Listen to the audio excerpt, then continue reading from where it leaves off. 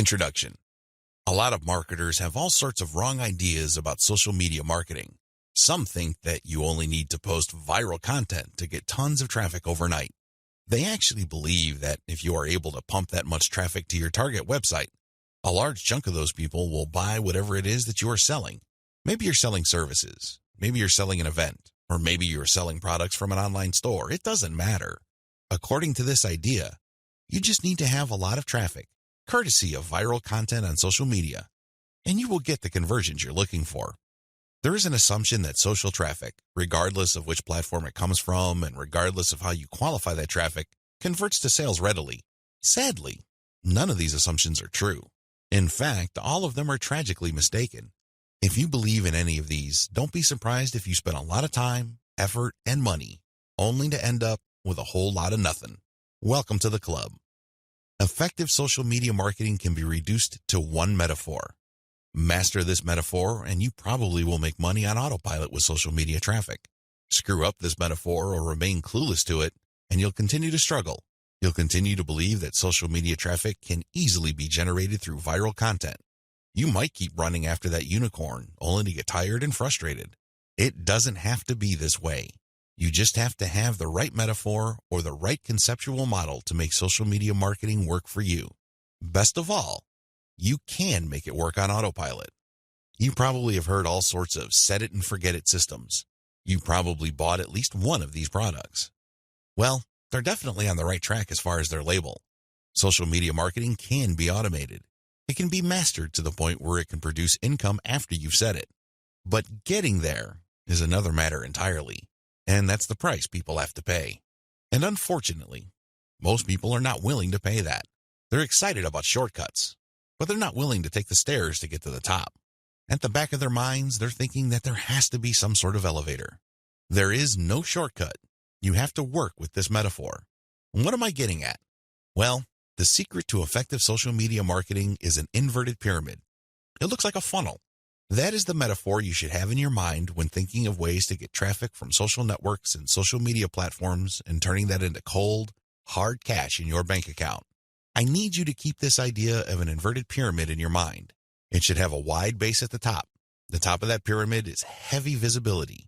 It has to be there. You need to be visible on the 4 major social media platforms. I'm talking about Facebook, Twitter, YouTube, and Pinterest. Taken together, the traffic volume you can get from these 4 platforms is mind-blowing. They can potentially pump a tremendous amount of traffic, but that's just part of the equation. That's just the top of the funnel. Potentially, you can push a lot of traffic from the top. That's how wide the top of the funnel is. This training will focus on these 4 platforms, but you can pretty much use the tips that I'm going to share with you and modify them to market on other platforms since many of these principles easily apply. You might need to modify them a little bit. For example, if you were thinking of marketing on Instagram, a lot of the things that I will teach you about Facebook, Twitter, YouTube, and Pinterest can be tweaked to work well on the Instagram platform. Now that you have a clear idea of the heavy visibility that you can achieve with social media, keep in mind that visibility does not mean traffic or clicks to your site. This is a myth. The visibility that I'm talking about means visibility on those platforms. When people share your content within those platforms, you can enjoy a tremendous reach within such platforms. But this does not automatically mean that when you share content on Facebook, people who see your link on the materials shared by their friends would automatically click them. Get the idea out of your head that raw visibility, or as Facebook terms it, reach, automatically translates to traffic. It doesn't work that way. Instead, you need to start with heavy content visibility on each platform. People must see your stuff there. You must achieve a wide enough reach. People may not necessarily click on through to your site, but that's secondary. At this point, you just want your brand to be visible. You just want people to become familiar with your brand. So what's the big deal about visibility anyway? You may be thinking, since visibility doesn't mean actual visitors to your website, what good is it? Think about it this way. When was the last time you saw an ad for the first time and automatically clicked it? If you're like most other people, you probably would want to see the ad show up a few times for you to become familiar with it. You might glance at it from time to time. You might read the description from time to time. But after enough showings, you might seriously think of clicking through. The same applies to your content on social media platforms. Don't expect that just because you come up with catchy titles and nice attention-grabbing graphics that this is enough for you to expect a tremendous amount of clicks to your website. It doesn't work that way. People have to be comfortable enough. Your content has to become familiar enough for them to click on it. When audience members click on the content you share through your social media accounts, they get a chance to like your page, follow your Twitter feed, pin your posts, or subscribe to your YouTube channel. They still stay on the platform, but they get a chance to subscribe to your account or follow you. This is the second stage of the social media funnel or inverted pyramid. You have to develop some sort of in-platform credibility. Your content is not just this random material that came out of nowhere.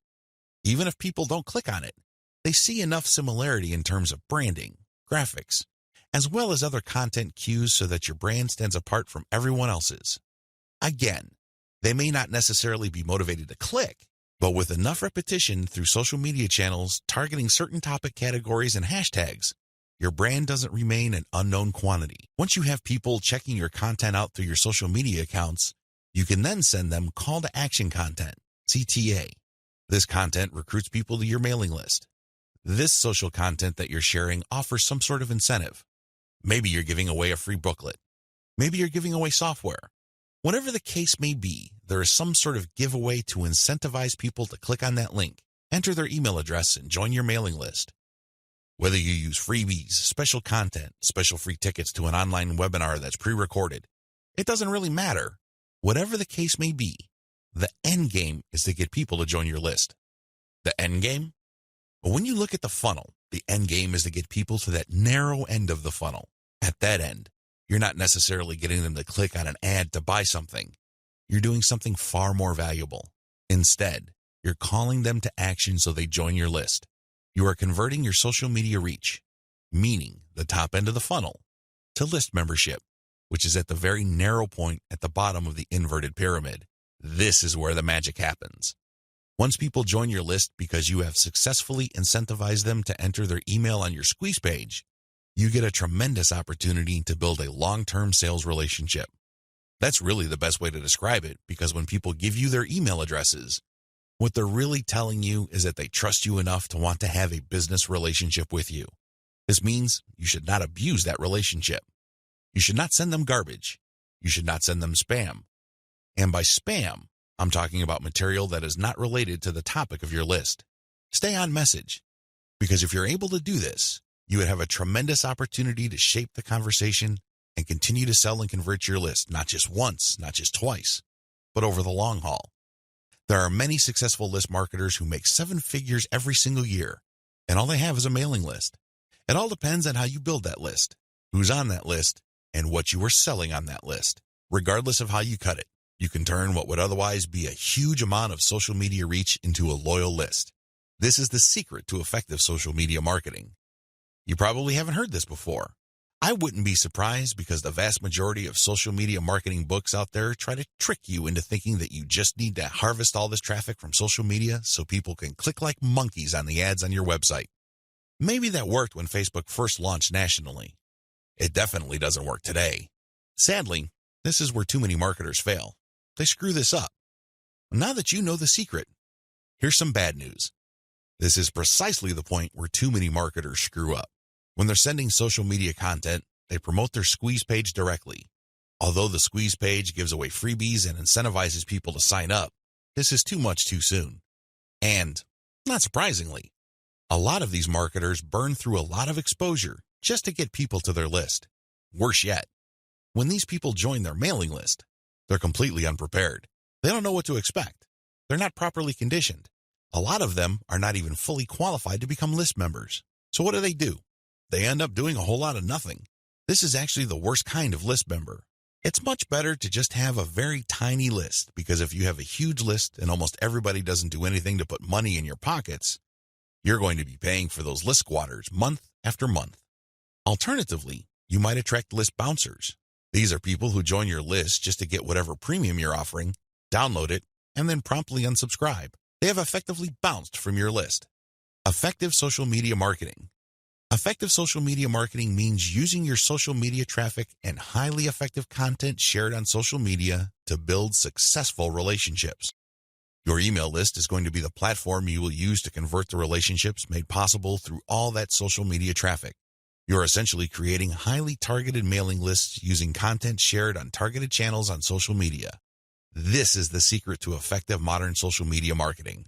What social media marketing is and what it isn't. There's a lot of misconceptions regarding what social media marketing actually is. In fact, when you come across people who call themselves social media marketing consultants or practitioners, chances are very high that they will give you different definitions.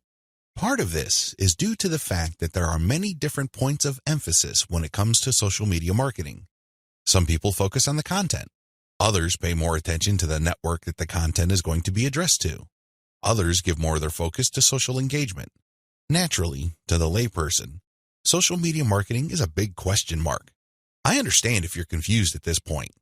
In fact, you may be so confused that you try to simplify things in your head and end up focusing on how to get as much traffic for as little effort as possible. That is precisely how a lot of online entrepreneurs and marketers approach social media marketing. Sadly, that is a one-way ticket to failure or disappointment. It's not just going to work out sooner or later. With any kind of project, you have to have the right definition. Otherwise, you're making things harder on yourself. Depending on the definition you go with, you might have all sorts of expectations. And if these outcomes do not come to pass, your resolve and your motivation levels start to suffer. You have to work with the right definition. A winning definition.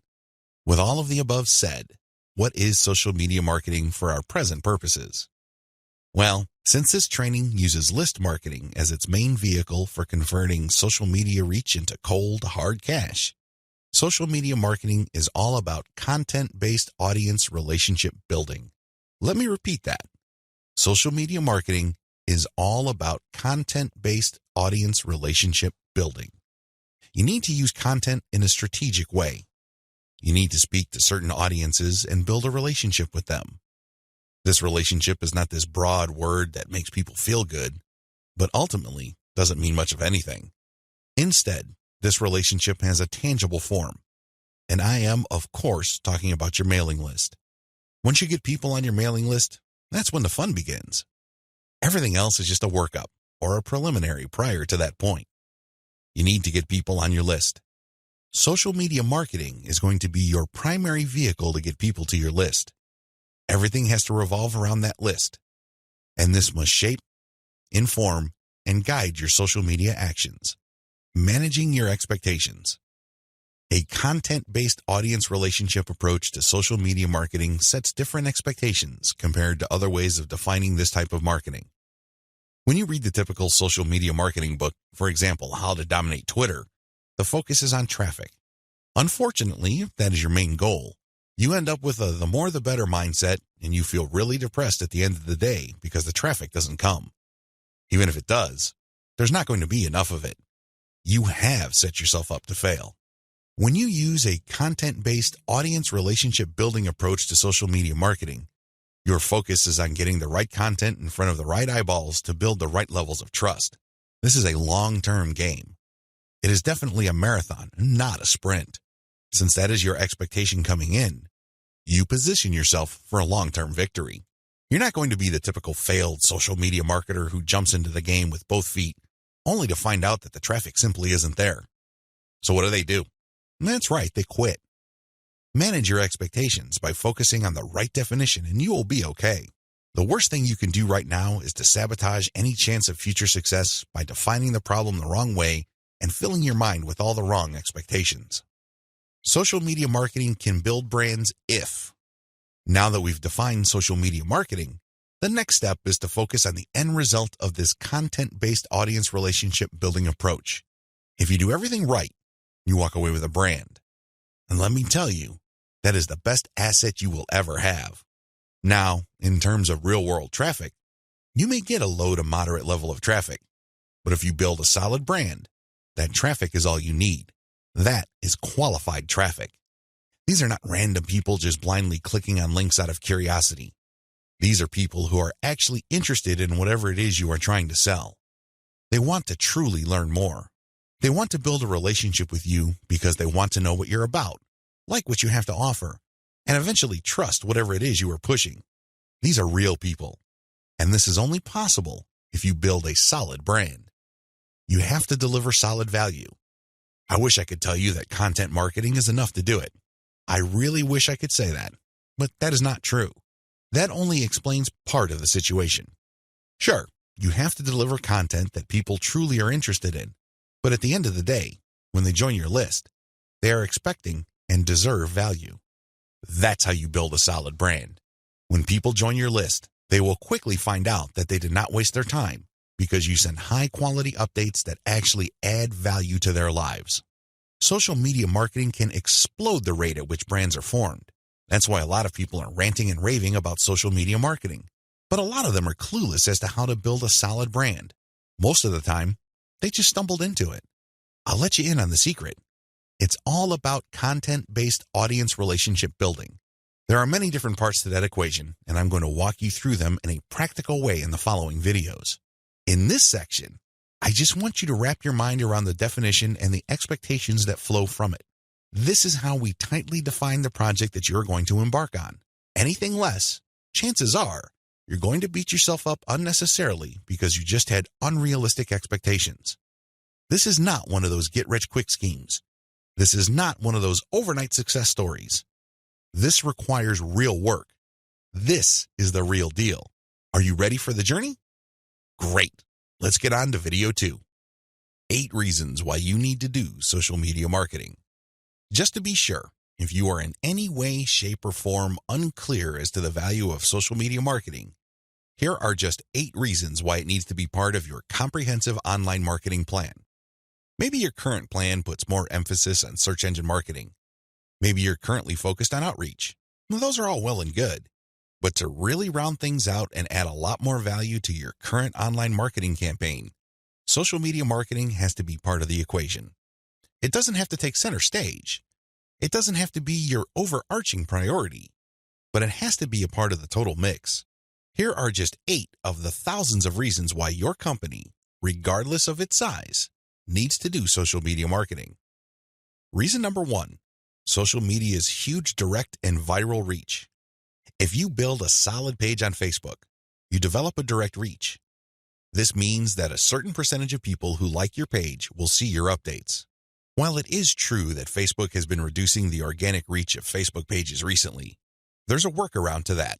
When people go to your page, you can instruct them to like your page and then click your page's settings to show your updates first. You might want to show a video that teaches people how to do this. You might even post an animated GIF. Whatever you do, clue people in that they can fix their settings to see your updates first. Now, for people that take the time and bother to do this, you have to offer content that is really valuable. This puts the onus on you. There has to be real value on your page for them to want to do this. But you can increase your direct reach by instructing people. On top of that, when people like your content, they can share it on their wall. Since people on Facebook have friends and their friends have friends, this can easily have an exponential effect. In fact, even if your page only has 100 likes, but these are real people with real friends, don't be surprised if one of your posts gets really viral and spreads all over the place. Social media enables you to have a large direct reach. It also provides you with a tremendous opportunity to enjoy an exponential content coverage. Reason number 2, social media is habitual. While different demographics have shown softening or weakening of social media usage on a daily, weekly, or monthly basis, this still doesn't take away from the fact that a lot of people habitually use social media. In fact, a lot of people do this the first thing in the morning. When they wake up, they go to their mobile phone or tablet and check their updates. It can easily become a habit. This gives you a tremendous opportunity to get your content and brand in front of many interested eyeballs. Reason number 3, target audiences use different content formats. The great thing about social media marketing is that you're not restricted to just one content format. You're not restricted to video, pictures, links, blog posts, text, or audio files. Instead, different platforms specialize in different formats. And when you create content for one platform, you can easily make different versions of it in different formats to spread out to other platforms. For example, I write a blog post and post it on Facebook. I create a very attention-grabbing graphic for that blog post. So when I post it on my Facebook page, A preview of the image shows up and it grabs a lot of attention. People click on it and they end up on my website. I can take that graphic and share it on Pinterest. I can take the text of my blog post or article and create a slideshow video out of it and share it on YouTube. I can also take that video and embed it in my blog post. I can strip different parts of the article or post itself and feed it into Twitter along with the link to the full post or article. Do you see how this works? You get access to the different audiences or those different platforms by simply repurposing or recycling the same content that you made for one platform and sharing those other formats on other platforms. This increases your potential reach. Reason number 4, most social media platforms can be segmented. If you've ever been to Instagram, you know that when you see a picture, it usually has many different tags. If you've been on Twitter, you'd see that a lot of the hot tweets also have hashtags. Those tags are very valuable. When you use a tag with your content, you are essentially categorizing your content. People use those tags to search for content. This is a very powerful segmentation tool. People who are looking for cute Chihuahua puppies will use certain hashtags that are different from people looking for libertarian political posts. If you have a very tightly defined audience, social media platforms' built-in segmentation tools and features can definitely help you. You probably already know that huge audiences that are not very targeted are essentially worthless. Thanks to social media marketing segmentation features, you can get a smaller volume of people from many different platforms, but you can rest assured that these people are actually interested in whatever it is you are saying. These segmentation tools go a long way in helping you to find a very refined and well-qualified audience base. This, in turn, increases your likelihood of making a sale. Reason number 5, sharing content on most platforms can be automated. Thanks to tools like Hootsuite and Social Oomph, you don't have to worry about manually going to Facebook or Twitter and copying and pasting materials from a document or spending hours setting up your scheduled posts. You can automate your posts to publish up to 6 months on Facebook. This means that you can set up your Facebook account to post 6 to 10 or more times every day, but you don't have to babysit it because you have fed the content in. The best part is that a lot of these automation tools use bulk feeds, meaning you can format your content in an Excel file and convert it to CSV and plug into these tools. You don't have to input the materials one by one. Talk about saving a lot of time while also maximizing your reach. Reason number 6, you can run a 2-track marketing campaign using mailing lists. The heart of a content-based audience relationship marketing campaign on social media is to build a highly targeted mailing list. Now, this is not what you think. A lot of people are thinking that once they build the list, they're on their way to becoming a millionaire. Absolutely wrong. They're missing a step. When people join your mailing list, it really is a general mailing list. By general, I'm not saying that it talks about all subjects under the sun. I'm not talking about that. Instead, I'm talking about general interest in the specific topic. You really don't know yet at this point who is a buyer and who is a person who is simply looking for information and is still trying to make up their minds whether they trust you enough. You create a general list, and then eventually you try to upsell them to a buyer's list. And how do you do that? Well, you sell low-cost items on your general list. You can sell a booklet for $1. It doesn't really matter what the price is.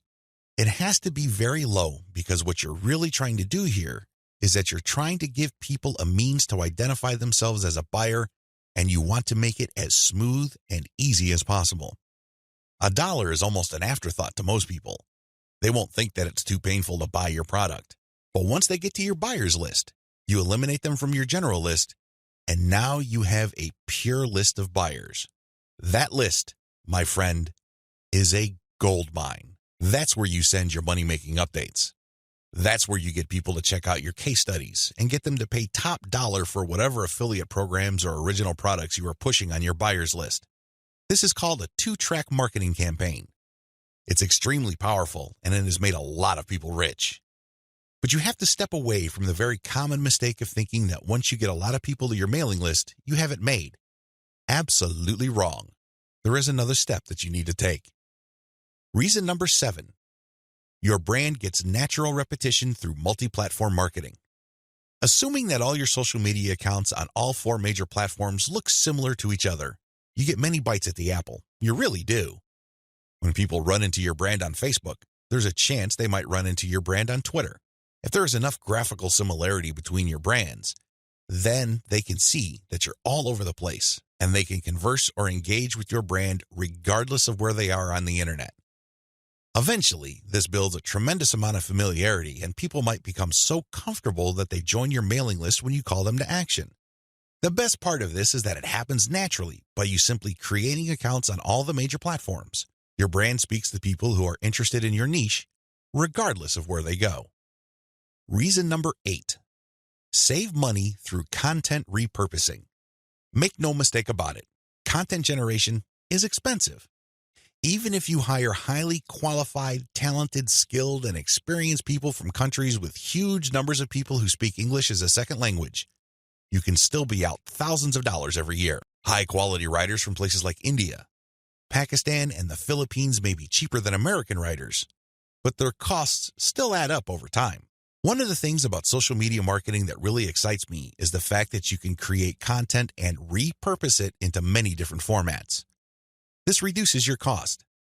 If I hire a writer from India and pay that person $1,000 a month, I can get a fixed amount of content. At this point, I can choose to pay that person another $1,000 to get even more content, or I can take whatever content he or she produced and turn them into videos, infographics, or strip them down into questions for tweets. I can turn them into diagrams. I can take the voiceover of the video that I produced and turn it into a sound file. I can even make a slideshow of those materials. Once I have all this repurposed content, then I can share them on format-specific platforms. For example, I can share the slideshows on SlideShare. I can post the infographics on Pinterest. I can post the product shots or general product pictures on Instagram. I can post the questions on Twitter. I can also post the videos on YouTube. Best of all, I can post all the formats on Facebook. Do you see how this works? When you do this, you buy content once, repurpose it, and share it so you get a higher chance of getting traffic or visibility with that repurposed content. You're not creating content constantly. In fact, the name of the game is to produce as little content as possible, but market these high-quality pieces widely. This is how you maximize their value. The old idea of constantly publishing content just to get a few eyeballs here and there is dead. Seriously, that's a one-way ticket to the poorhouse. Your better approach would be to make that content work for you by converting it into many different formats. You then share these different formats on platforms that specialize in those formats. I hope the 8 reasons above are clear and that you are pumped up to do social media marketing right.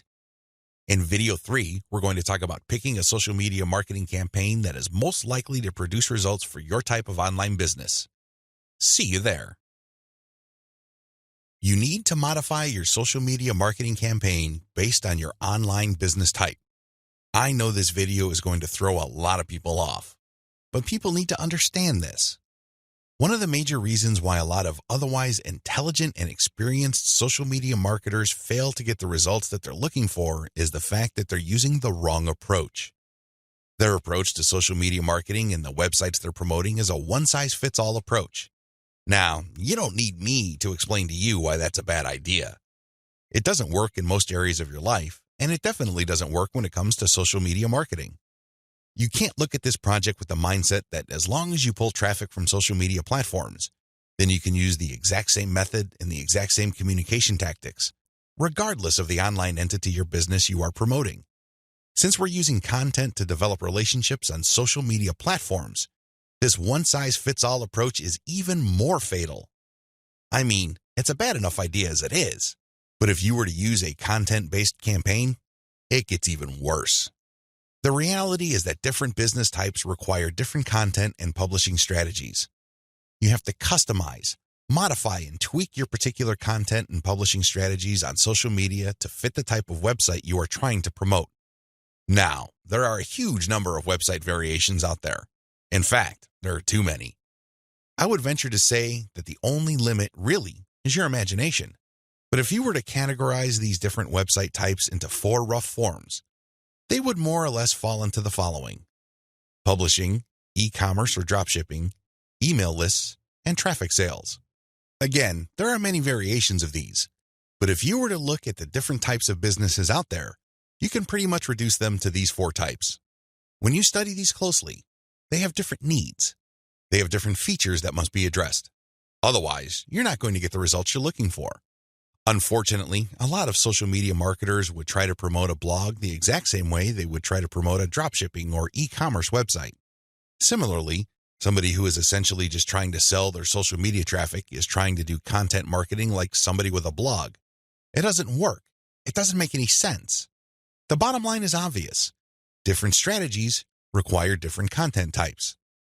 You must start with the type of online entity you are promoting. Are you promoting a blog? Do you have a website that uses a lot of articles? Do people contribute content? Well, you have a publishing website. Do you have a dropshipping online store? Maybe you built it with Shopify and you use Oberlo to get products from AliExpress. When people buy stuff from your storefront, your software orders the materials from AliExpress and you keep the difference. Maybe you sell from your own inventory. It doesn't really matter. You run an e-commerce website. This is very different from a publishing business. Similarly, if you make your money through your mailing list, you can't market on social media the same way as you would if you had an online store. Again, different strategies require different content types. What do you have available? Now that I've gotten you thinking about how special your specific website target is, I need you to look at the different content types available to you. You need to think outside the box. You need to look at all the available options out there and how you can create content that is tailored to your specific type of online entity. Here are the list of content types you can use to promote different online entities, but your specific focus and specialization should weigh more heavily on certain types of content instead of others.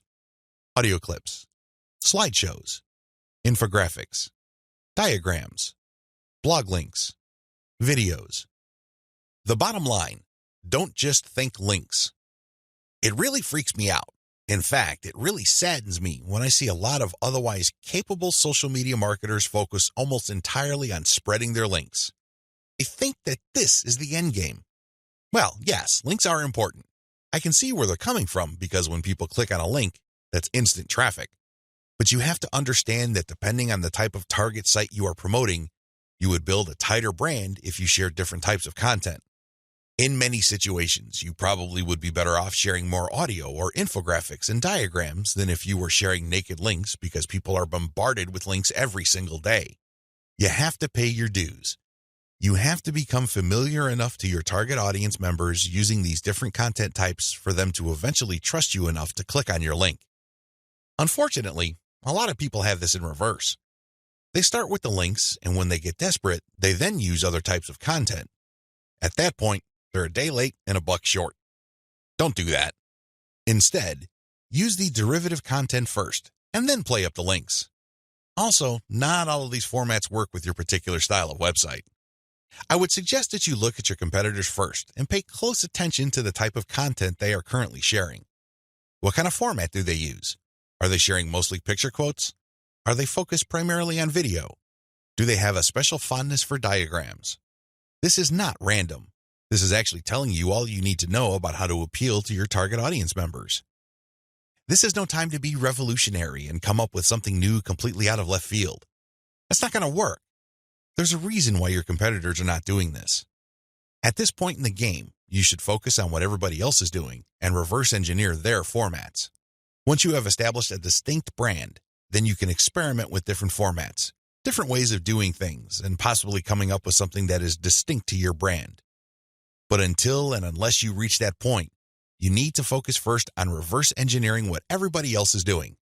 In other words, let them do your homework. Focus on what they're doing right and build on it. Figure out their areas for improvement and come up with a more compelling offer. Pay attention to what they're not doing. Avoid those because obviously it doesn't pay. I hope I'm being clear here.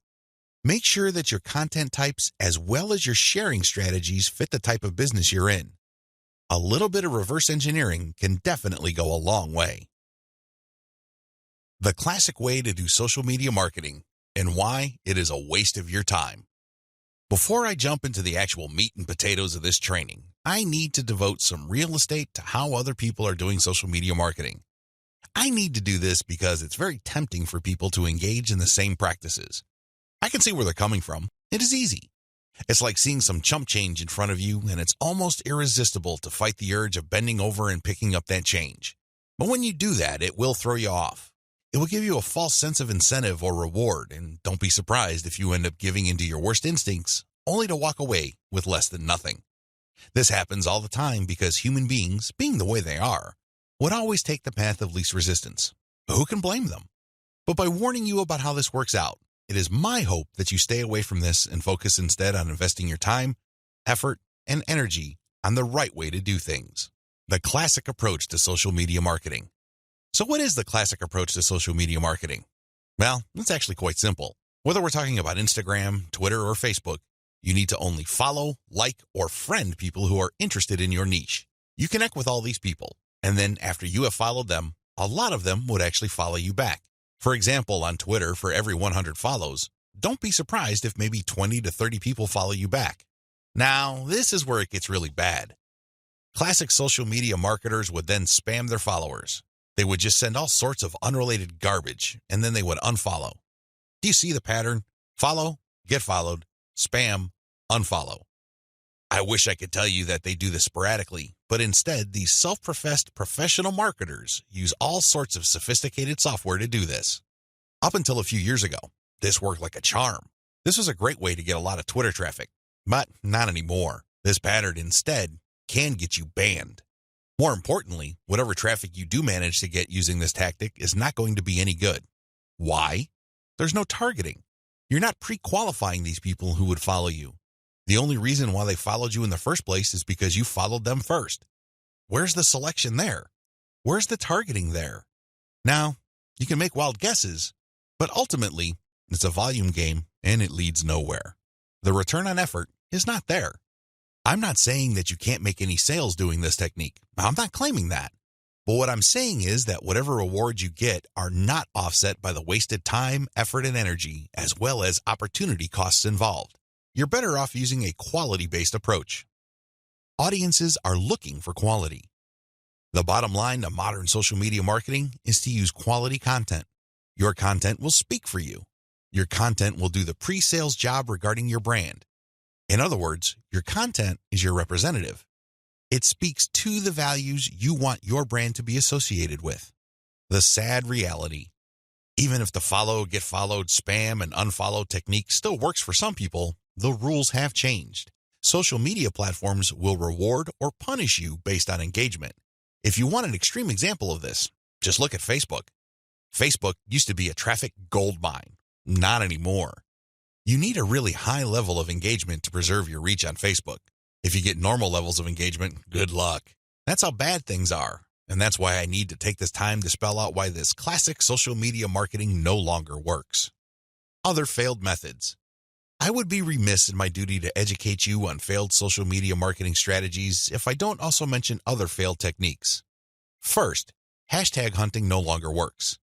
This technique involves marketers finding hashtags that are trending. They basically would publish niche-specific content, but use unrelated or irrelevant hashtags and pair them with their content. They do this because they want to hitch a ride on the upward trend of those hashtags. They know people are searching for those hashtags. They know that these hashtag trends are hot, so they want to poach as many eyeballs as possible. Unfortunately, the traffic that you get is not going to be any good. People are looking for specific types of information, and when they see that your content is so obviously unrelated, they're not going to click through. You might even get reported. Another failed method you should stay away from is influencer spamming. There are many influencers in most all niches. If you want to see this in action, go to Facebook or Twitter. There are many specialized pages and specialized Twitter accounts. Now, constantly mentioning those influencers on your content is not going to help if your content doesn't really add any value. There has to be a reason why you are engaging with these influencers, and drawing their attention is not enough. Getting them to look at your content because you think your content is hot is a lousy idea. Instead, you should focus your engagement tagging based on what they did. For example, if an influencer was talking about recent trends in athletic shoes, then that person would be fair game for an article I post regarding the latest trends in athletic shoes and what they mean in terms of the bottom line of large footwear apparel companies.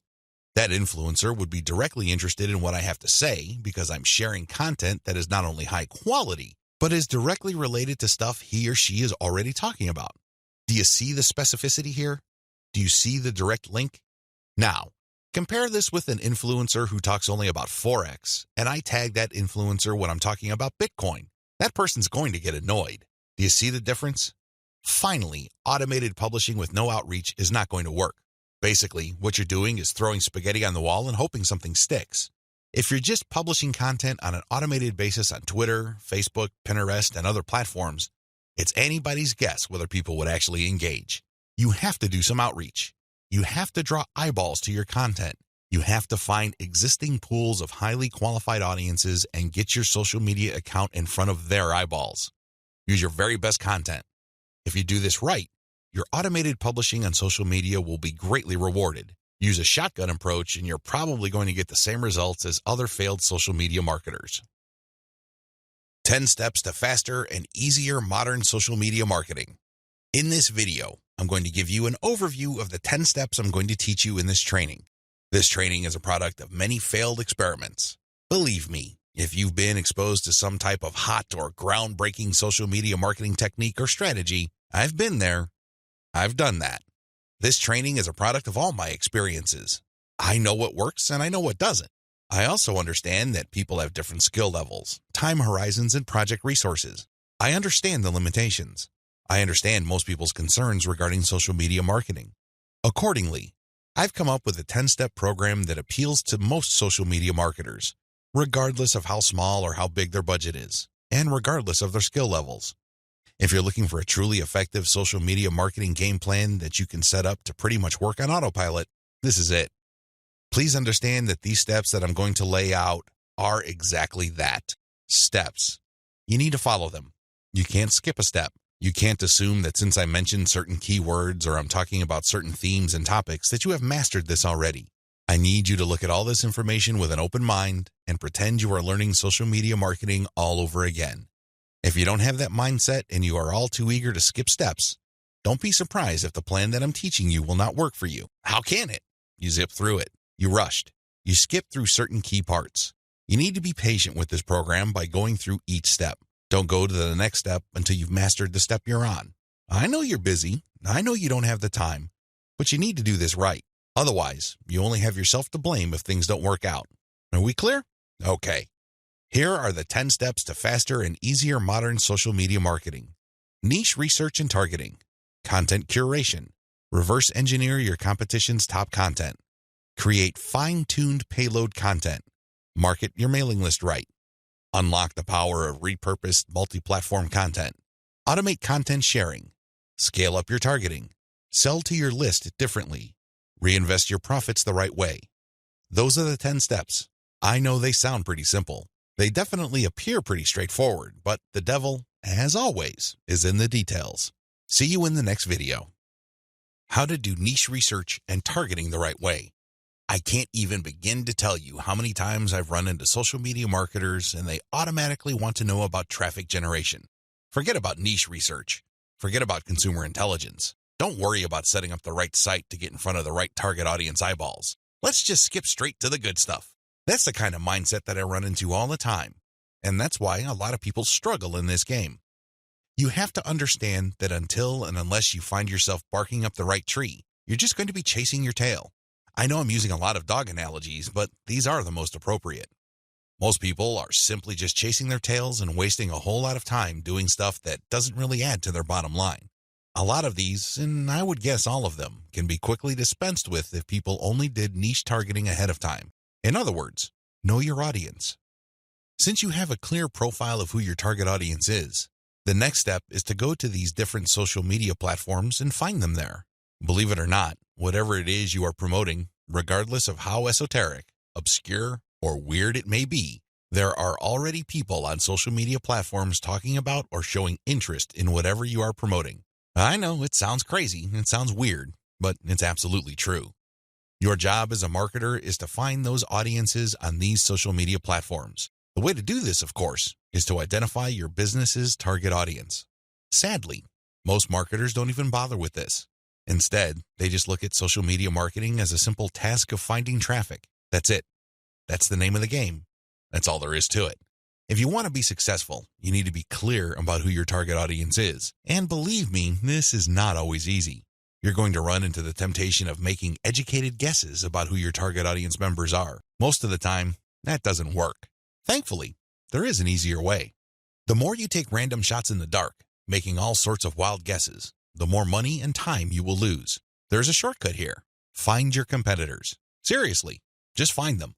And let me tell you, regardless of how weird, esoteric, or seemingly unknown your niche is, there will be at least one competitor on social media. Find that organization or business and let them do your niche and target audience research for you. Since they've already started and are already speaking to your audience, find out who your competitors are and look at their social media profiles. Reverse engineer who they're following. Pay attention to who they're targeting. Look at how they categorize themselves. In the most simplest terms, pay attention to the hashtags they use with their content. These clues should be enough to give you an idea of where to start. This way, you get a head start. You're not completely stuck in the dark and absolutely clueless as to what to do. Instead, you have some objective, tried and proven information you can work with. Pick your target niche. You have to remember that every business can be positioned in at least one of two ways. The bigger your niche, the more angles you would have at your disposal. You can look at different subsegments of your niche. You need to understand how this works because you might think you have a clear niche, but it may well turn out that there are many different layers or tiers to that niche. There might be different subsegments there. You should have a clear understanding of what your niche is generally and what subsegments exist within that larger niche. Again, you can reverse engineer your competitors to take a stab at this. Regardless, you need to do this. You need to get this information. Now that you have an idea of what your target niche is, go to the different platforms like YouTube, Facebook, Twitter, and Pinterest. Now, look at whether these places have sizable content areas or messaging areas like Facebook pages, groups, Google Plus communities, Twitter hashtags, Pinterest pinboards, and existing YouTube channels. Pay attention to these places and see if your niche is big enough on those different platforms. If you notice that a particular platform doesn't really feature that much content for your specific niche, this is a red flag. The demand may not be there. The audience size might not be worth your while. On the other hand, if you see there's a lot of videos regarding the topics that you're going to be hitting, this may be a good sign. But you need to do another level of analysis. Pay attention to the number of competitors you have. If there seems to be a huge number of competitors fighting over the same niche, then this is going to be a problem. But if it turns out that there's a lot of content targeting your niche, but they're only produced by a handful of people or organizations, this is an encouraging sign. Also, pay attention to how active your target audience members are. Look at the content that's being shared regarding your niche. Do you see a lot of engagement? Do people share this stuff? Is this hashtag quite prevalent? Look for these and other objective indicators of activity. When you wrap your mind around these indicators, then you should have a clear idea of whether you should target your niche at a particular platform or whether you should ignore a platform altogether. List out your niche indicators. While you're doing reverse engineering, pay attention to how your niche is indicated on platforms. These involve hashtags, categories, keyword targets, labeling patterns, and tags. Use these to do the analysis I described above. Again, in any niche, there are sub-niches. So your goal here is to find a sub-niche or a way of positioning your content so you don't run into a ridiculous amount of competition. You're still tapping into a sizable pool of demand, but you're not making things impossible for yourself by running headlong into well-entrenched professional competition. You will probably need to keep experimenting with different sub-niches until you find one that is promising enough. Content curation, your secret social media marketing weapon. Now that you have picked the specific sub-niche that you're going to be targeting, as well as finished doing advanced research on where your sub-niche or niche segment audiences are located on social media platforms, the next step is to find content. I've got some good news and some bad news. The good news is that you stand to save a lot of money. The bad news is that you need to put in a lot more time and pay attention to details. There are no two ways about it. You cannot drop the ball when it comes to the quality of the content that you are going to be sharing on your social media accounts. Each and every piece of content you share must build your brand. This is non-negotiable. You can't just pick random pieces of content that somehow, some way has something to do with your niche. That's not going to help you get the right eyeballs. That's not going to help you establish the kind of credibility and authority you need to eventually convert highly specific and qualified traffic from social media into cold, hard cash. What is content curation? As I mentioned above, you stand to save a lot of money with content curation. This should be obvious. After all, you're not going to be using the content that you yourself created. Content curation is all about picking other people's content and sharing those materials on your social media accounts. This creates a win-win situation. Since you're sharing links and descriptions of such content, the creator of that content gets free traffic. You, on the other hand, get to build up your credibility because people are rewarded for following your accounts with highly targeted, highly specific, value-added content. Everybody wins. The user wins, you win, and of course, the original content creator comes out ahead. This is how it's supposed to work. You win big time because you save a tremendous amount of money not having to create a huge amount of original content. If you've ever tried to write your own stuff or outsourced content creation, whether in the US or to other parts of the world, it can get quite expensive very quickly. Content curation enables you to build credibility with your audience in a very inexpensive way. You use other people's content. You get to entertain them, build credibility, and gain their trust. The downside here is the time. Sure, you're not spending greenbacks, but you're definitely going to be spending time. As I mentioned above, you cannot be indiscriminate when you are trying to do content curation. Whatever goodwill you have built up for your brand will go up in smoke if people catch on to the fact that you are just randomly curating and spreading low-quality content that may have something to do with your niche. That's not going to cut it, not by a long shot. Adopt the right content curation strategy. Now that you know where your target audience members are on social media platforms, you build credibility by populating your social media accounts with highly credible, high-authority third-party content. This is called curation.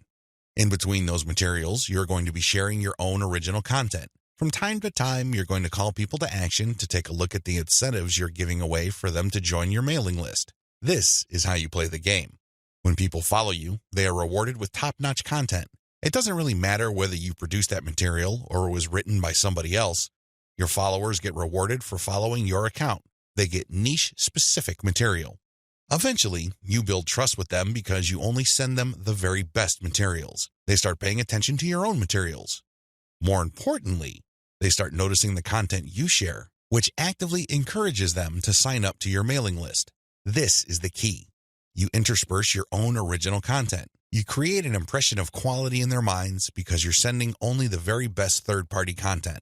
You then mix in your own original content, which is of the same quality as the other stuff you're sending. Eventually, they warm up to your brand, and this is where your call to action content comes in. You call them to action regarding the freebies you're giving away. Maybe you're giving away software, a booklet, discount codes, or even a full-blown book. It doesn't matter.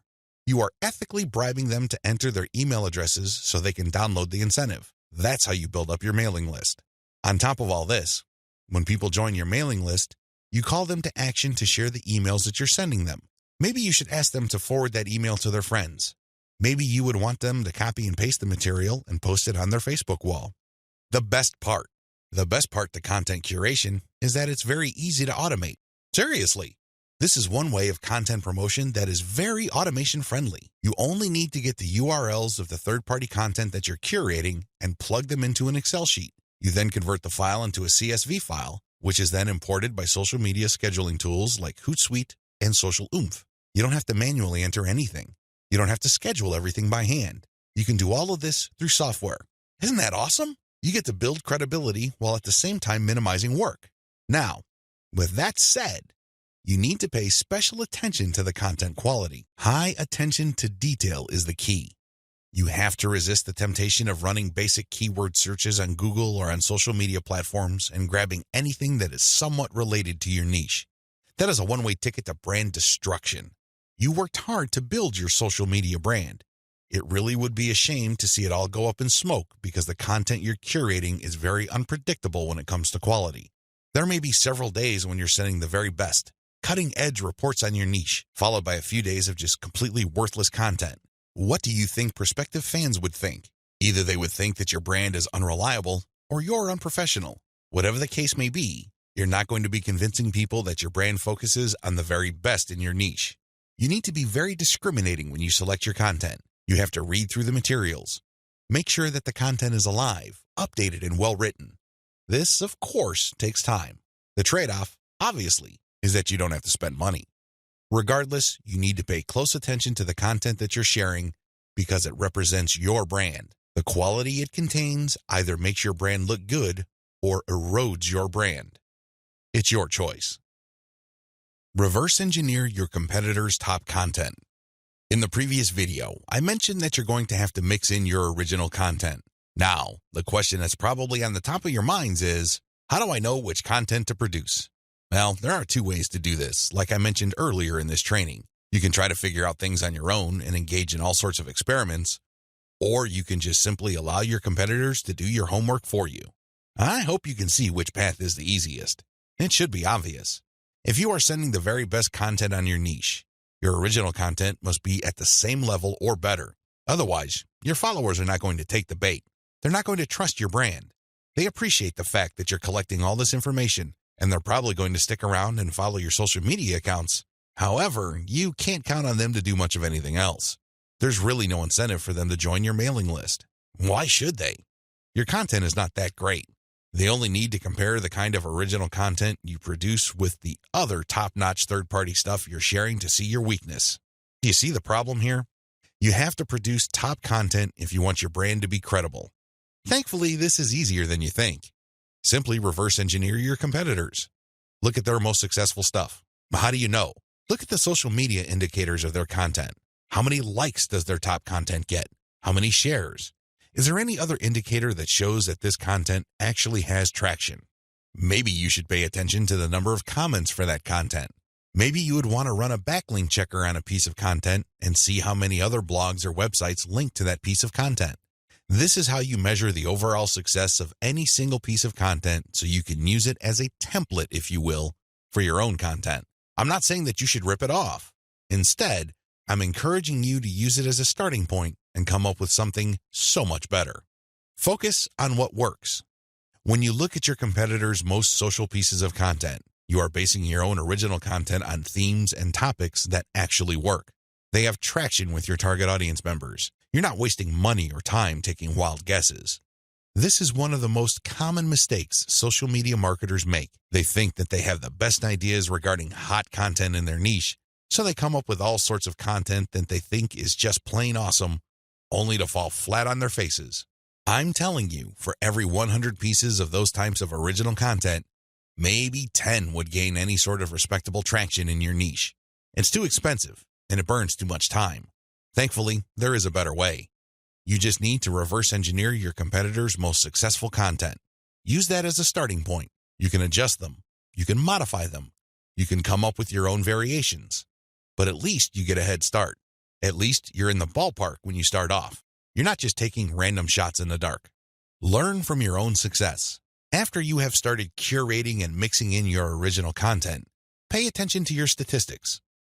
They should tell you which of your content gets the most love. If you notice that a handful of your curated third-party content gets a lot of retweets, shares on Facebook, or any other indication of social media engagement, pay close attention to those pieces of content. At some level or another, they struck a nerve. They caught your audience members' attention in a very positive way. Find these successful curated pieces of content and create original versions of them. Similarly, if you have many different original pieces of content, only a handful of them will be really successful. Pay attention to those. Find them. Once you've identified them, create more of them. Focus on the same themes and present similar information the same way. The key here is to focus on what works and expand it and grow it. Ditch the stuff that failed. Build on your strengths. Create derivative, cross-platform variations of your most successful content. Now that you have a clear idea of how to create content that has proven traction, don't just keep reverse engineering it. While you need to continue doing that, you also have to do something else. Create derivative or cross-platform versions. For example, one particular type of blog post does well on all your social media accounts. Identify its themes, pay attention to its patterns, and come up with another blog post. See if that works. If you achieve the same level of success, you're onto something. This is not a fluke. This is not a one-time thing. You have struck on a theme that your audience members readily enjoy. The next step is to take things to a whole other level. Instead of just cranking out yet another blog post, create videos about that theme, make specialized diagrams, produce infographics. Take these materials and share them on social media platforms that specialize in those formats. For example, for blog post URLs, share them on Twitter and Facebook. For videos, share them on YouTube. For diagrams and infographics, share them on Pinterest. Drilling even deeper, look at your hottest blog posts and strip out key questions and use these as leads or titles for tweets. Tweet the same content several times over the course of a week. Of course, don't drop it all in 1 hour, but space them out. Still, when you use the right questions, you become very visible on Twitter. Pair these with the right hashtags. The bottom line, the great thing about content curation is you save a lot of money, but you are also positioning yourself to build on your strengths. You focus on things that you're doing right and figuring them out so that you can predictably produce successful content. Now, this is not going to happen overnight. You have to keep experimenting until you find the right themes that consistently work with your audience. Fine-tune your payload content. As I have mentioned previously, you can come up with your very own content based primarily on the social signals of the top-notch third-party materials you are curating. Put simply, when you are going through your research, you will keep coming across certain pieces of content which get a lot of engagement on social media. These are all the objective indicators you need to understand that you are looking at high-quality, high-demand content. At that point, you can come up with your own version of that content. You can use it as a template, so to speak. Another approach would be to just do curation first. You just take all the high-quality third-party content with great social signals and put them all on auto-publish on your social media accounts. You run this curation campaign for several weeks. Soon enough, you will see a pattern. Eventually, you will see that some of these materials get a lot more engagement than others. At that point, you can then come up with your own version. Personally, I pick my own content using both methods. If I'm in a hurry to get people to sign up to my mailing list, I do the first method. But if I'm unsure about the niche or I'm still trying to feel my way around in terms of understanding my audience, I would stick to the second method. There's really no one right answer. It really all depends on your situation. The great thing about the second method is that you are picking out your original content strategy based on what actually works in terms of your social media accounts.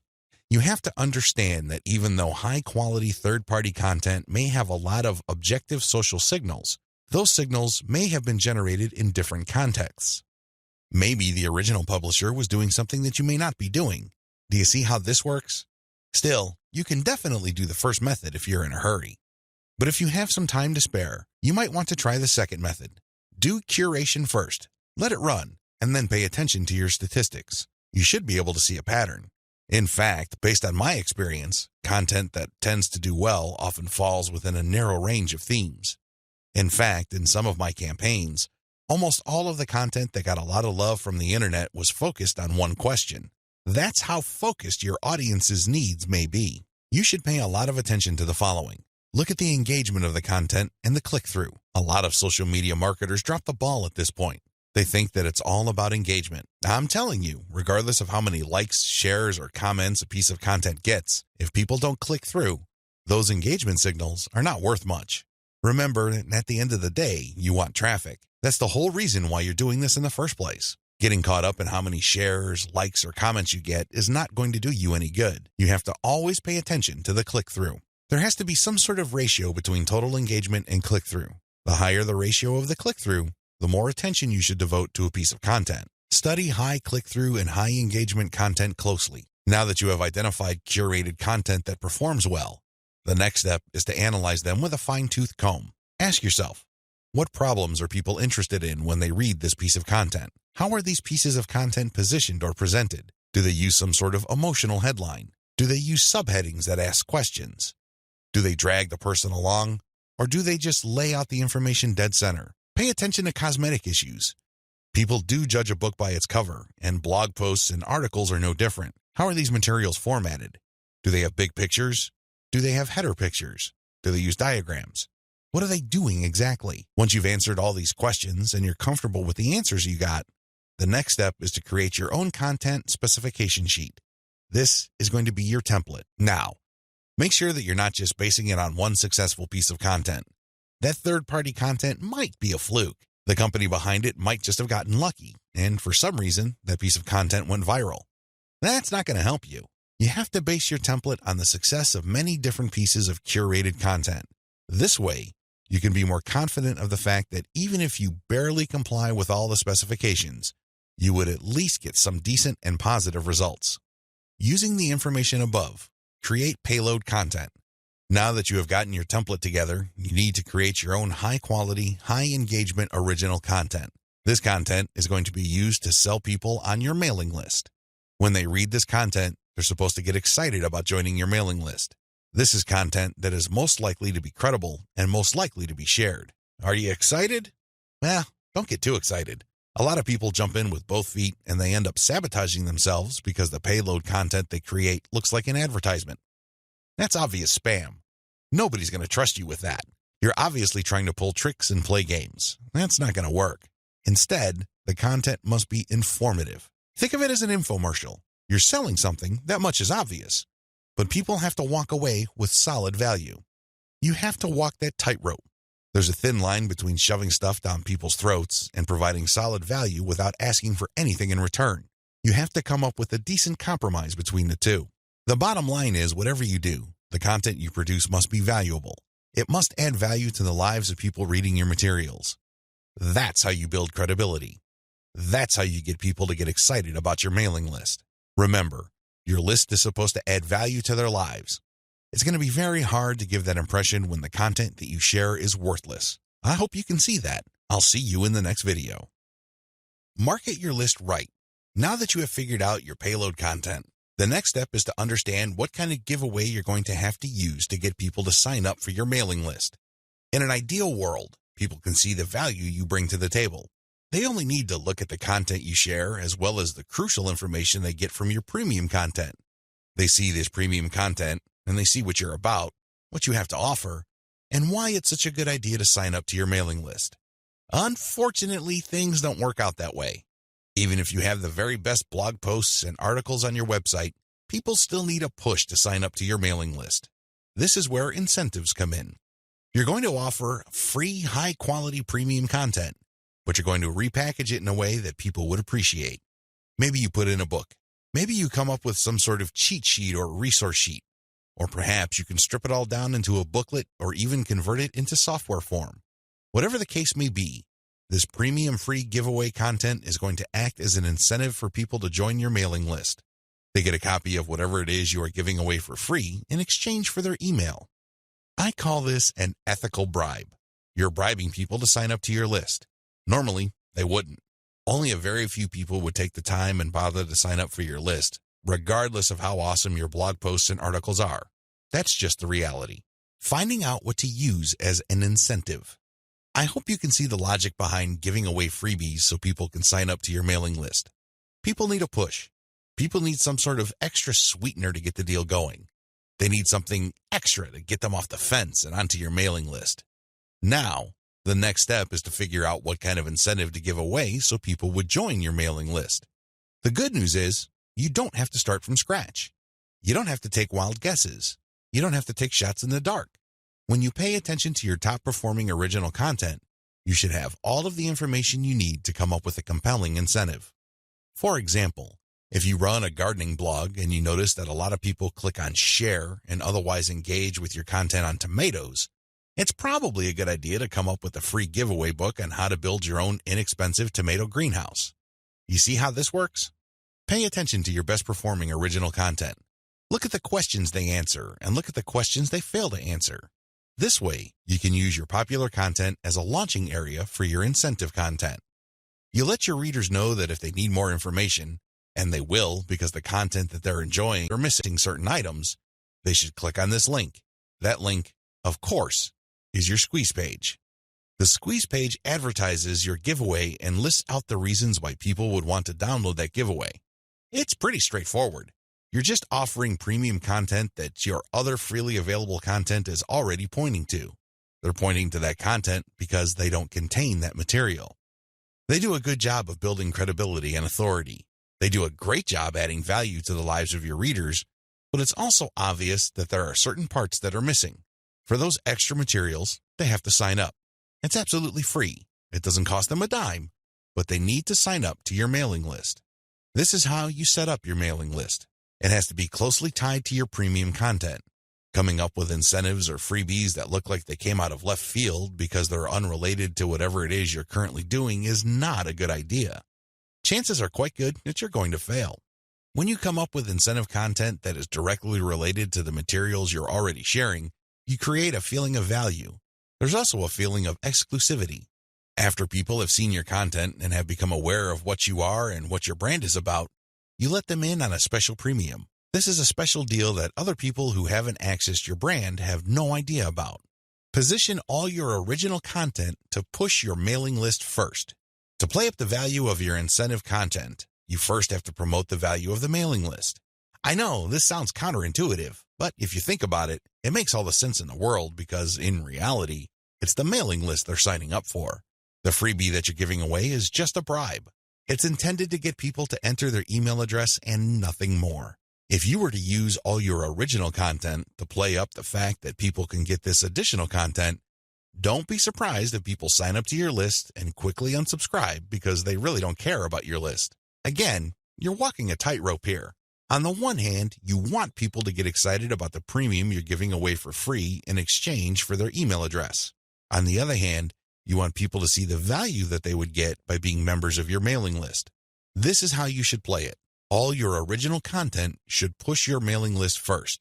I'm not saying that you should not tie it into the incentive, but your original content should highlight the fact that when people join your mailing list, they will continue to get valuable information. This is the key, because when you use your tried and proven content to push mailing list membership, people are less likely to join your list and immediately unsubscribe. They are aware of the value that the list can possibly bring to their lives. You then play up the premium content as part of the membership. In other words, it's an extra. It's not the main focus of the list. Keep the list separate from the premiums you use to get people to sign up to your list. I hope this is clear because you want to play up the list first, but it must be obvious that you are using the premium content, whether it's a free book, a booklet, a cheat sheet, some sort of pre-recorded video, or something else, as a means to get people to make a decision. That's the bottom line. You want the incentive to push people to make a decision to join your list, but all your original content, and your website by extension, should push the reader to see the value of being a list member. A lot of social media marketers completely blow this. They think that it's all about marketing the incentive. Well, to continue with the example I raised earlier, what happens after you get people to sign up to your list in exchange for the greenhouse guide? That's right, nothing. Why? You played up the value of the greenhouse guide to such an extent that people are clueless as to what other value they would get from your mailing list. Indeed, don't be surprised if people start reporting your list as spam after you start sending them updates. They were so focused on getting the free book that the updates from your mailing list completely took them by surprise. This happens all the time because of faulty messaging on your blog or website. You cannot afford to play the game this way. You worked hard to pull all this social media traffic to your site. You spent a tremendous amount of time, effort, and resources to build a solid brand. Unfortunately, you're dropping the ball if you market your mailing list this way. You must sell the list first, but the incentive must be used to push people to make a decision. This is the proper order of priority. Anything else will fail. Set up your squeeze page for maximum social appeal. As I mentioned earlier, you should use your content to push your mailing list. You should use your content to upsell your squeeze page. But this doesn't mean that you can get away with badly designed squeeze pages. It's not going to cut it. Your squeeze page must be well designed. After all, this page is a specialized recruitment page. When people get on this page, you have to make the case as to why they should join your list, and not just for the incentive. While the incentive takes a big chunk of the real estate of a squeeze page, you should be clear about the fact that people are signing up to your list.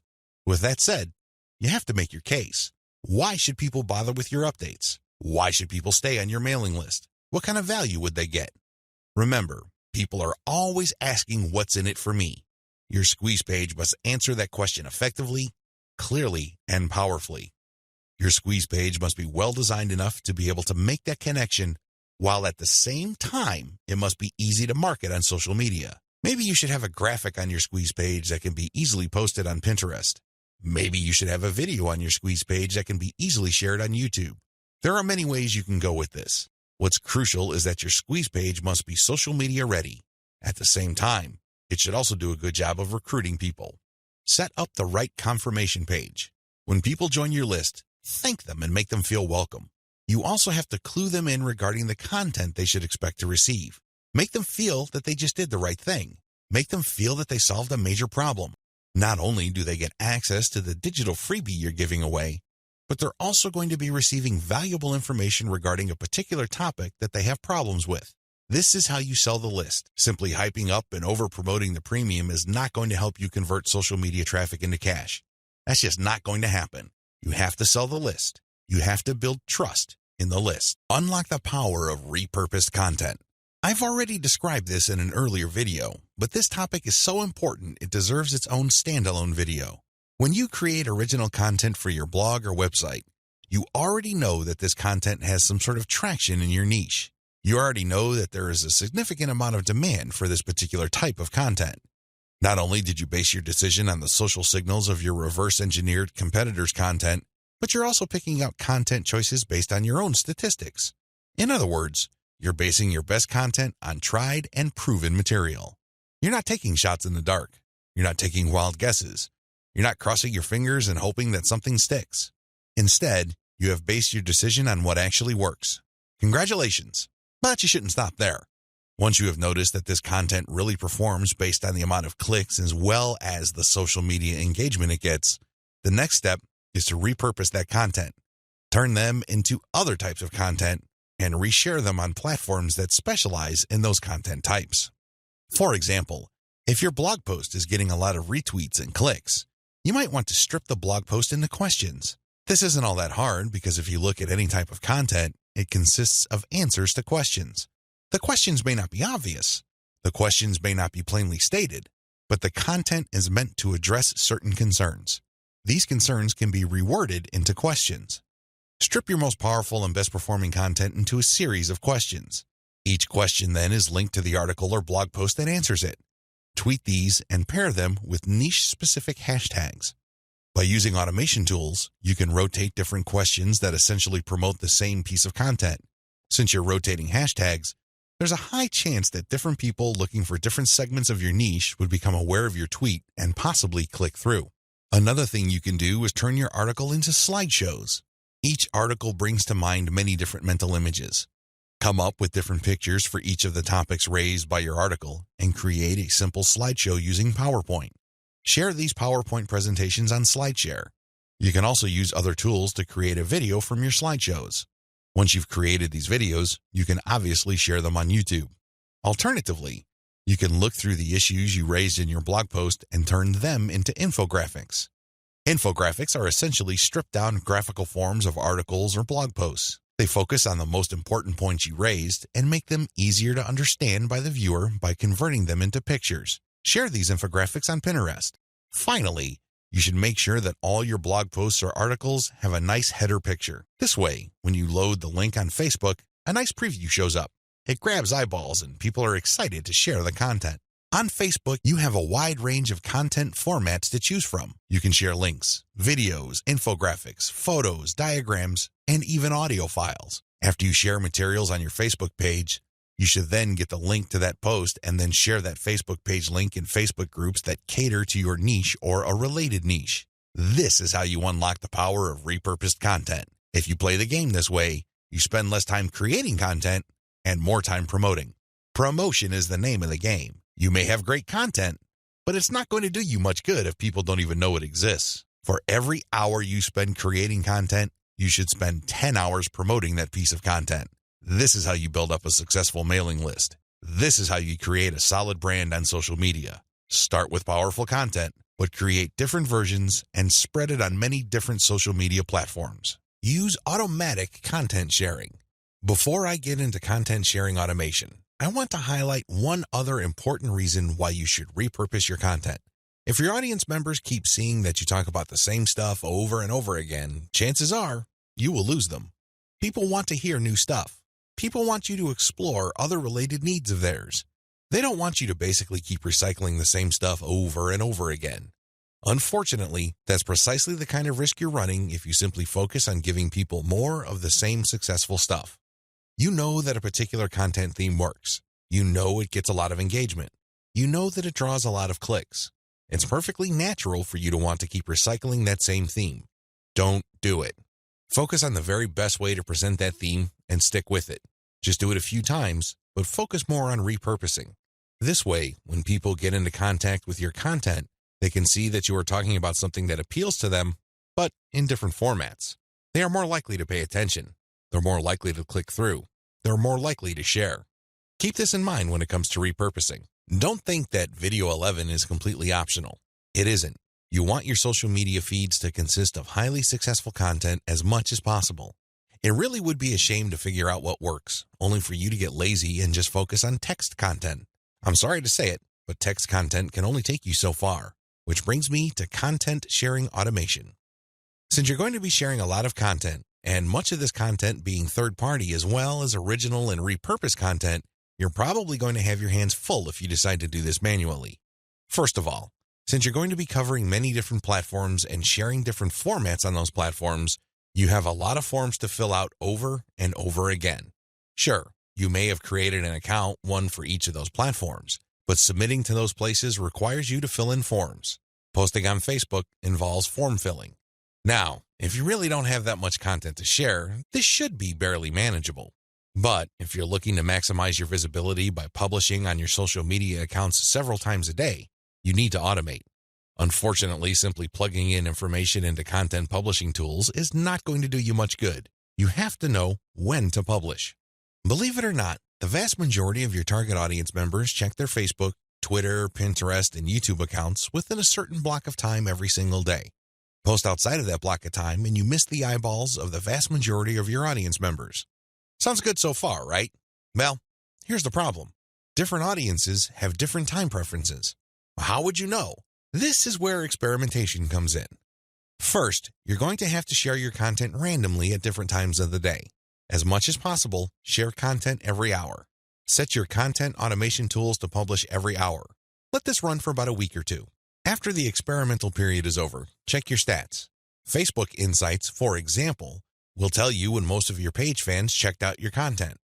Armed with this information, you should set up your automated software to publish your content in a cluster to fit those optimal times.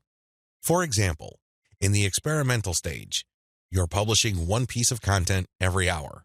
That's 24 pieces of content spread out over a full 24 hours.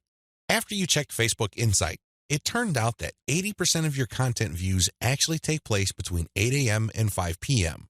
You then take those 24 posts and compress them within that 8 a.m. to 5 p.m. window. This is how you publish in clusters. Forget time blocks outside of that time frame. This way, you maximize your chances of the right eyeballs seeing your content. Special notes for Twitter. If you're going to be publishing on Twitter, republish your content many times during the day at the most optimal time frame. Facebook Insight already told you that your content is being viewed within a specific time frame. Chances are your Twitter fans have the same social media viewing habits. Stick to that time frame. Now, here's the secret. Set up your automated content publishing tools to tweet out your best content many times during that time frame, but you also have to rotate different hashtags. This way, you can reach different people looking for hashtags that are related to different subsegments of your niche. Special notes for Facebook. When publishing to your Facebook page, don't hesitate to publish original content that you have published before. Try to avoid publishing only once. Instead, you should sandwich or schedule this republished successful content in between high-quality, curated content. This way, people get more exposure to your best content. Once they click through, you get yet another chance to recruit them to your mailing list. Remember, when you share high-quality third-party content, you're not getting the traffic. You're building credibility, but you're not getting potential list members to your squeeze page. That's just not happening. When you share your own original content, you get a chance to recruit them to your squeeze page. Keep this distinction in mind. This is the reason why you should republish your most successful content by interspersing it with top-rated, curated content. Scale up your targeting. When you're publishing on Facebook and Twitter, you can use hashtags. This is definitely true with Instagram. Regardless of the platform you're on, make sure you play around with how you categorize or tag your content. In any niche, there are many different tags available. Experiment with these. See which tags get the most attention from the social media platform you're sharing a piece of content on. Of course, you're not going to find the magical combination of hashtags overnight. That's not going to happen. This is one of those things that you're going to have to find out by doing it over a long period of time. Still, when you run these experiments, a pattern should emerge. Sooner or later, you would discover that certain hashtags produce a lot more results than others. They draw a lot more eyeballs. They get a lot more attention. Most importantly, they get a lot more engagement. Stick with those. Experiment with tagging niche-focused influencers. When you're doing research on hashtags on Twitter, for example, you would be able to find influencers that specialize in those hashtags. These people just love to post content related to certain topics. They use a narrow range of hashtags every time they post. It seems that's all they focus on.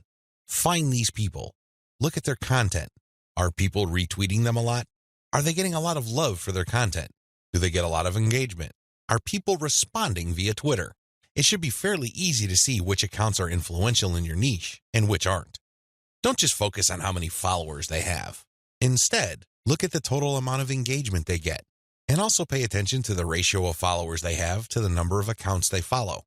For example, if I find Mike Smith to be a big poster in my niche because it seems that he just seems to rotate among the 10 hashtags that are most relevant to my niche, I look at his followers in relation to the number of accounts he's following. If he's only following one person, yet he's being followed by 15,000 people, Mike Smith might be an influential person. I say that he might be because I'm also going to have a look at the engagement levels of his posts. Are his posts getting a lot of retweets? Are a lot of people responding? Are a lot of people clicking the heart icon? If his content has these factors, then his account is probably worth following. Most importantly, you should tag influential people on Twitter when you post. You use your most powerful hashtags and you mention them in your post. This can help you get on their radar. These people would be put on notice that you are also sharing content that is similar to the stuff that they are interested in. If they check out your stuff and they like what they see, don't be surprised if they share your content with their following. Engage with them. Let them know about your questions or suggestions. In fact, you should engage with them so much that you can possibly create a relationship where they would publish your guest posts if they're bloggers, or discuss whatever it is you're doing on their social media platforms. At the very least, when you partner with them, they become part of your content distribution network. In fact, a lot of them can even get you interviewed on influential blogs in your niche. Don't think that influencer engagement is simply restricted to tagging people. That's just the beginning. That's actually the tip of the iceberg. They can do so much more for you. You just have to continuously engage them and be social. This doesn't mean that you have to kiss their butt. This doesn't mean that your stock response to all of their posts is amazing post or great post, I love it. That's not going to work. That's not going to push the ball far enough. You have to actually engage. And oftentimes, this might seem like you're criticizing them.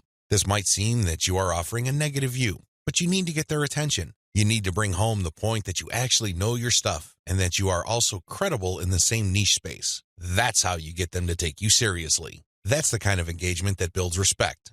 Otherwise, you're just going to look like another member of the choir. They really don't have any incentive to interview you or post your guest content. Why should they? You're not really sharing any information or suggesting any points of view that are different or distinctive. Experiment with paid traffic. Only after you have spent a lot of time drumming up free traffic from social media marketing should you even think of buying traffic. I know this sounds a bit extreme, but it's the absolute truth. Why? Well, in the beginning, you don't know when your target audience members will be reading your content. In the beginning, you don't know what their demographic breakdown looks like. How many males compared to females are in your audience pool? Do males or females like certain types of content that you share? What are their age ranges? Where are they located? I hope you see the big picture here. You have to use free traffic to do initial audience intelligence. Once you've gotten all these important insights, you can then start paying for Facebook ads and other platforms' ads. If you start any earlier than this point, you probably would end up wasting your money. Study your statistics first. Pay close attention to audience patterns. Take out ads based on these patterns. Sell to your list differently. At this point, you have turned social media traffic into list members. Congratulate yourself. You've managed to do something the vast majority of social media marketers cannot do, or, worse yet, don't even think about doing. It's quite an accomplishment.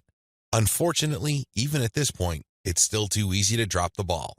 In fact, a lot of people who have mailing lists stay with one mailing list.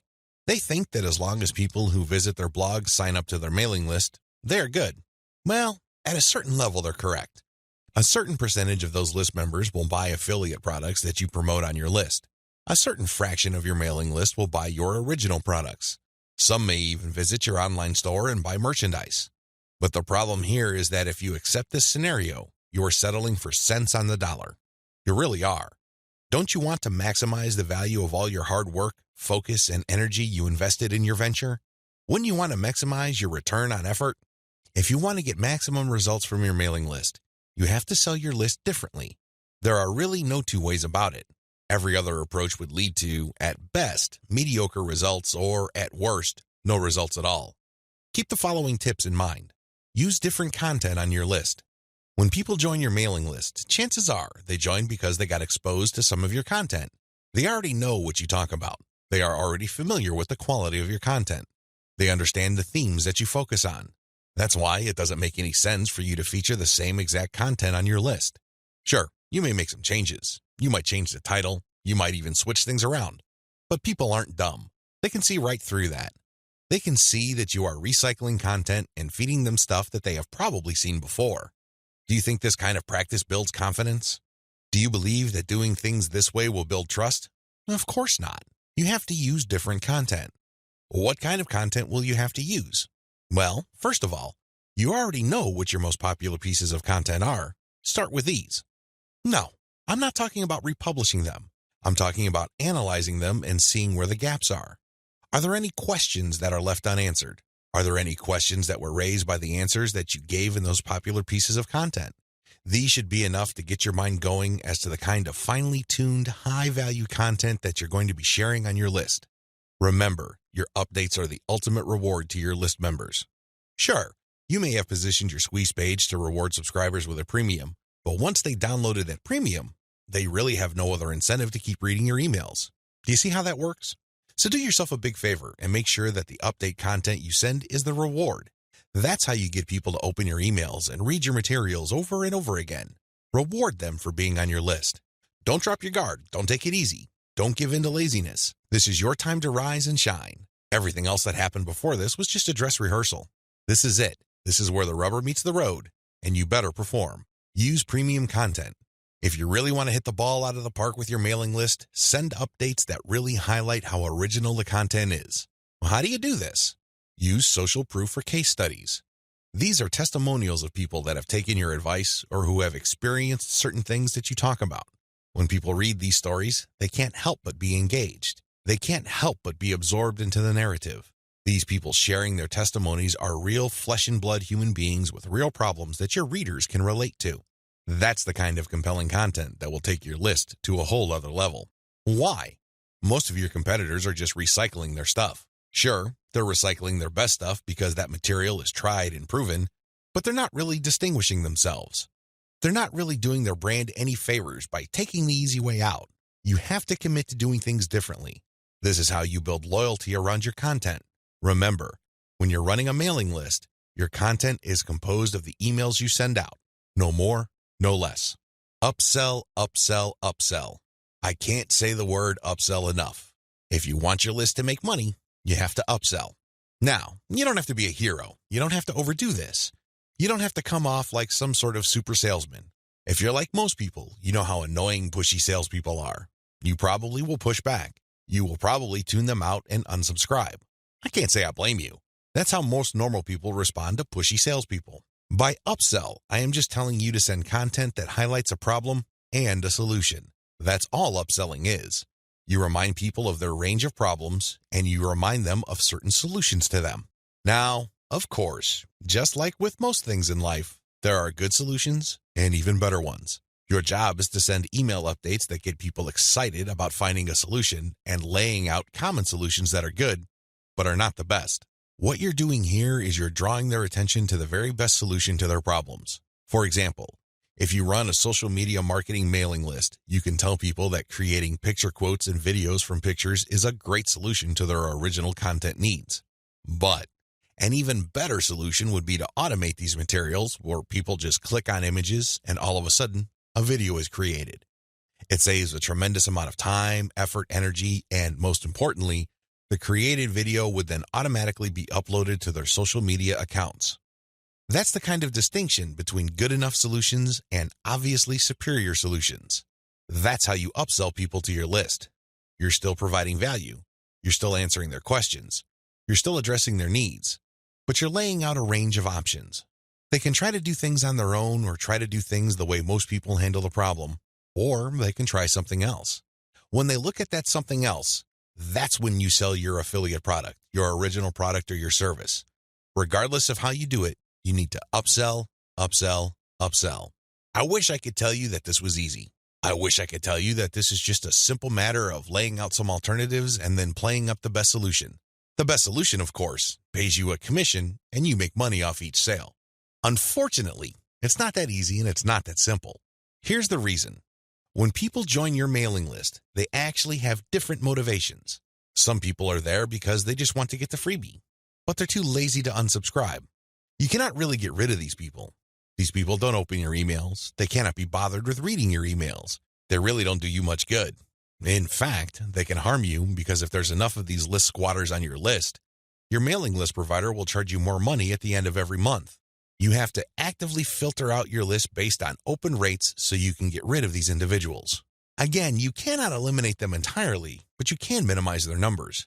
Other people are initially excited about your mailing list, but for some reason they stopped reading your emails. Even others constantly check your emails, and they really love what you have to share, but the problem is they feel that your premium offers are simply too expensive. Now let me clue you in on a secret. When somebody tells you that whatever you're offering is too expensive or too unaffordable, what they're really trying to say is that you haven't completely sold them on it yet. Alternatively, you haven't completely filtered them yet. Either they're not motivated enough or you did not give them enough reasons to be motivated. Regardless, they're still on the fence. You need to push them off the fence. Expert salespeople know this because in the big scheme of things, there's no such thing as unaffordable. If you talk to somebody and you convince that person that they absolutely need to buy your product, there's really no difference between a $10 product and a $1,000 product. They will get that product because you have elevated their perception of that product to the realm of need. People take care of their needs first. Their wants are often left at the back burner. I hope you understand this. I hope you get this. It's not because your affiliate product is too expensive in absolute terms. Instead, it's because you have failed to either qualify the prospect or make your case. And this is why simply upselling by itself is not going to work.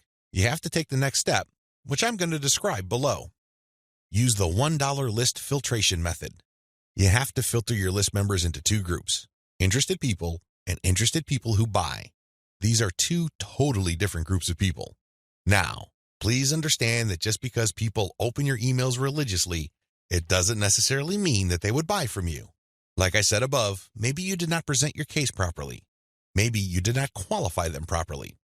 This $1 list filtration technique that I'm going to teach you enables you to filter your list members properly.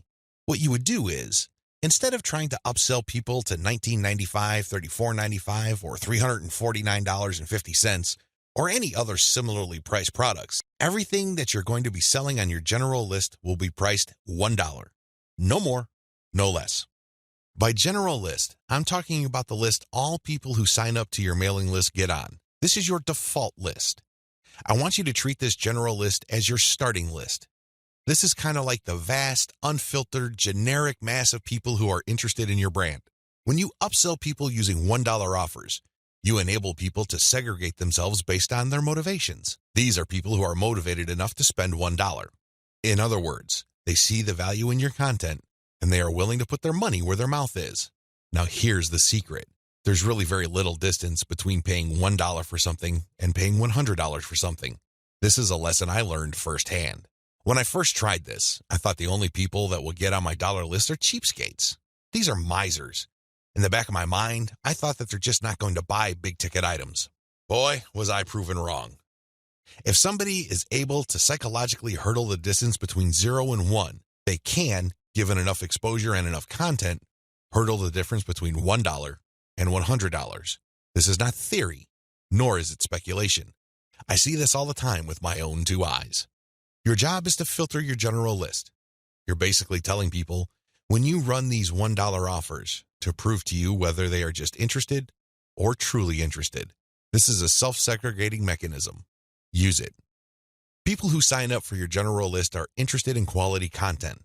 That's what they're there for. But only a fraction of them would actually be willing to pay money. You make your money off this golden fraction.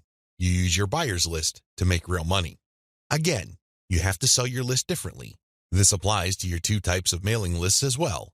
Your general list, they get quality information that is distinctive like social proof and case studies along with upsell messages. Your buyer's list, on the other hand, gets more in-depth material with higher value upsells.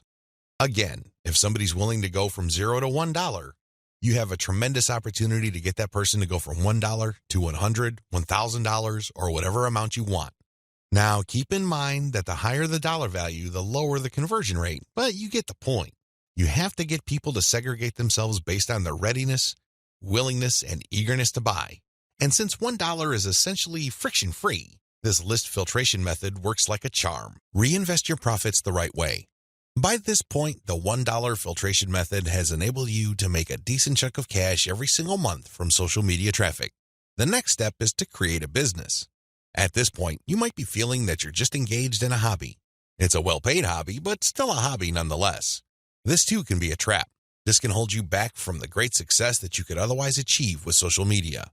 How do you turn the information that I shared with you into a platform for a business that can withstand the test of time? Simple. Reinvest your profits the right way. Move into other niches after you master your system. This training helps you identify your target niche. I've also given you the techniques to do well in that niche using social media traffic. Once you've made quite a bit of money on your niche and this money comes in month after month, you have to think big. You have to look into other niches that are related to your current niche. This thinking is actually pretty straightforward.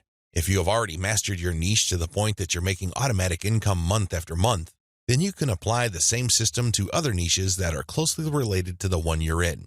This is how you scale up your business. Instead of just one stream of cash, you build many different streams of cash based on the system that you mastered. You know what hashtags to target. You know what kind of content gets eyeballs. You know how to present information on social media. You know how to promote a mailing list. These and many others form part of your system. It really would be a shame to restrict that system to just one niche. Once you've mastered those, find niches related to those and grow into these other fields. Highly successful list marketers don't just operate one list. They operate dozens, and this translates to 6, if not 7-figure incomes year after year. If they can do it, so can you. Buy more targeted traffic after you find out what works. Once you have discovered the type of content marketing strategy on Facebook that works, you can buy targeted traffic. How? Use Facebook's lookalike technology to target people who share the same interest profile as your existing audience. This is what's so awesome about Facebook. This is also what gets them into all sorts of hot water. Believe it or not, accept it or not, Facebook is spying on you the moment you log into the platform. It pays attention to what you like. It pays attention to what you comment on. It pays attention to what your friends like. And it makes all sorts of predictions regarding your behavior and your interests. Accordingly, if you like certain topics, it creates an interest profile. Facebook's lookalike audience technology enables you to find people who haven't visited your Facebook page who share the same interest profile as your current fans. Talk about an amazing technology. Take advantage of this. It enables you to show your brand in front of eyeballs who are more likely to appreciate it. Invest in more original content. You might want to invest in original content. If you're already making a decent profit from your current system, you might want to take things to the next level and add a whole lot more value to the lives of people following your brand on different social media platforms, as well as in your blog or website with original content. Now, this doesn't mean that you have to roll up your sleeves and write everything yourself. You can hire professional writers to do this. Thanks to global outsourcing, you can get high-quality original content from places like Ozkey.org without it costing you an arm and a leg. You can get high-quality content that truly engages your audiences without it killing your profit margin. Invest in more content updates. This advice really flows from the previous point I raised. If you're going to be investing in more original content, automatically you will be investing in more content updates. You will have a lot more original materials to share. These two actions go together. Regardless, you need to step it up in terms of content updates so you can pack a lot more value. Invest in your original products. When you're started out setting up this system I teach you in this training, you probably would be focused on affiliate products. You get an affiliate from an affiliate program, you market that link on your email updates. When somebody clicks on that link and buys something, you get a commission. Pretty straightforward, very simple. Well, if you really want to make a lot of money, you have to turn your back on affiliate marketing. You really do. Instead, you have to sell your own stuff. The reason why you need to do this boils down to control. When you are selling other people's materials, you are at the mercy of their squeeze page, their landing page, and ultimately, the quality of their product. What if their product sucks? What if their sales page converts only a fraction of the people it could otherwise have converted? You lose out. That's the bottom line. If you want to maximize your control over your income, you need to invest in your own original products. Thankfully, outsourcing is always available to you. You can outsource to professional companies like Ozkey.org or other specialized content producers to help you produce high-quality original materials for cents on the dollar. Sell your own video-based membership courses. The main problem with product sales online is, by and large, you're selling the item once. Somebody clicks the buy button, they pay, they get access to the download link, and that's the end of the story. They already have the product. They can enjoy it, they can throw it away, they can do whatever they want with it. But the transaction only took place once. Wouldn't it be awesome if people keep sending you money every month? Wouldn't it be great if you get recurring income? Well, that's exactly what you can enjoy when you sell your own video-based membership courses. For example, if you have a gardening blog, you can set up a video-based course where you teach people the ins and outs of garden cultivation. Every single month, each member's PayPal account or credit card account is billed a certain amount. You don't have to lift a finger. And this goes month after month after month until they cancel. The best part? You shot the videos once, yet you make money off them month after month. How awesome is that? This is called passive income. And the great thing about this is that you don't have to stick with video. It can be any kind of membership. Maybe you can give them access to pictures. Maybe you can give them access to files or even software. It doesn't matter. What they're paying for is the right to download that material month after month. This is the key. Recurring income should be your ultimate goal. This is how you maximize your effort. You're putting in less work while getting more money out of the system. Unfortunately, this is not something that you can master getting out of the gate. It also doesn't happen overnight. You have to pay your dues by doing the other steps above first. Conclusion. Social media marketing confuses a lot of people. It definitely leads to a lot of dead ends if you let its myths get the better of you. This training shines a light on one effective way of using social media exposure to turn social media reach into cold, hard cash in your bank account. While I'm not claiming that these steps are easy, they are doable. You just need to follow instructions. You need to conduct experiments and focus on what works. The key here is to use this information to fit your particular set of circumstances, to produce practical, actionable steps that you can use to earn a truly passive income.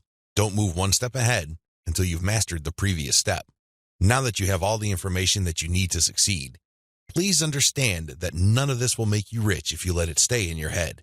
Not in a million years. You have to take action on them. You have to get that sense of urgency that you need to make this information a reality. The longer it stays in your head, the less likely your finances will change. Give yourself a deadline. Commit to a firm start date. Once that date comes, start. You don't have to be a hero. You don't have to hit a home run the first time you step up to the plate. As long as you're making a small step forward, that is good enough. Why? A small step forward is still a step forward.